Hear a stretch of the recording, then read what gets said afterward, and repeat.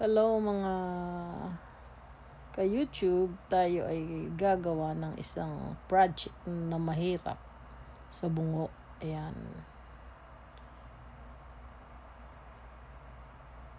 Napunta ako sa... Yan po yung base at ang box ng mga ginagawa. Pagsasama-samahin natin sila. At yan pa yung pagsusunod-sunod natin yan. Marami pang gagawin.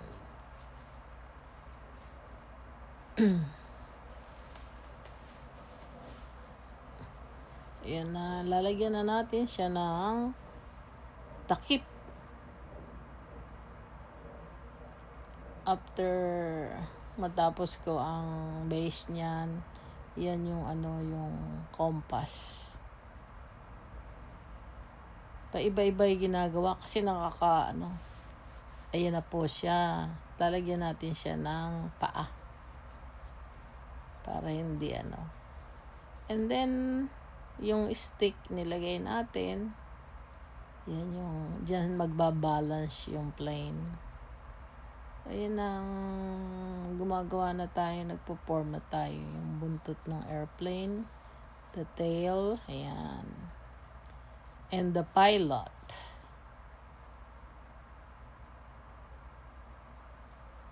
Ayan na, pagsamahin natin yan.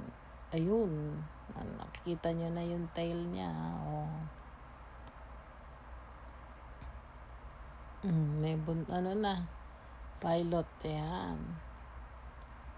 Maya ay perform natin ang face naman ng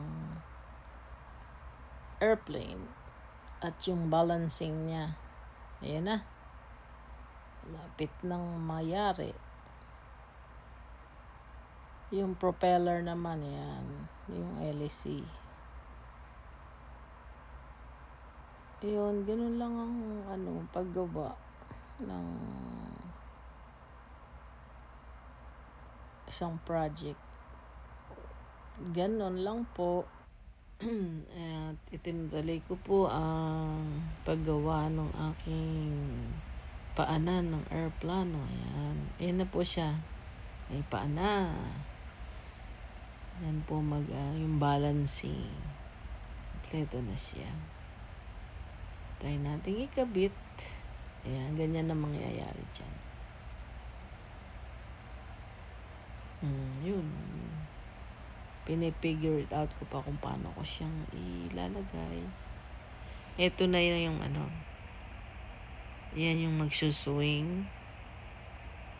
Pagka naayos na yun, mailalagay mamaya. Ito na ang kanyang head. Ayan.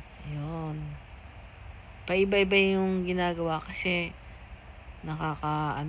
stress din naman na paggawa ng first time ko kasing magbuo ng wood Lego. Ayan na po siya. Buo na siya at pwede nang lumipad. Ayan, ganyan. Isuswing natin. Eto na. Ayan, magka na ilagay ko na yung airplane doon sa top, ganyan na magiging labas niyan. Habang inaayos ko pa yung ibang pyesa, ayan umiikot yung kanyang propeller. Ayan. Ayun.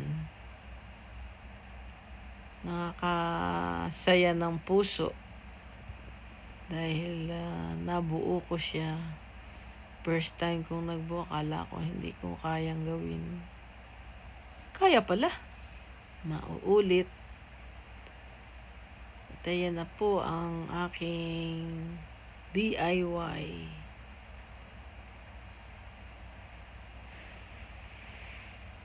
na Lego, wood Lego. Ayan. Sarap ng pakiramdam pala pagka nabuo mo ang isang bagay na wasak. Thank you. And thank you and thank you and thank you. Bye-bye.